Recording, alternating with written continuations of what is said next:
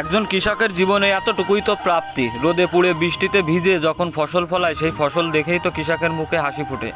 ঠিক তেমনই এই সিজনে আমি কিছু রসুন লাগাইছিলাম, যেগুলো কিছু না মানে অনেক রসুনই লাগাইছিলাম, অন্যান্য সবজিও লাগাইছিলাম। তার ভিতর দিয়ে রসুনগুলো মাশাল্লাহ অনেক সুন্দর এবং ভালো হয়েছে, যেগুলো আমি সারা বছরের জন্য সংরক্ষণ করতে পারবো এবং কিছু বিক্রিও করতে পারবো।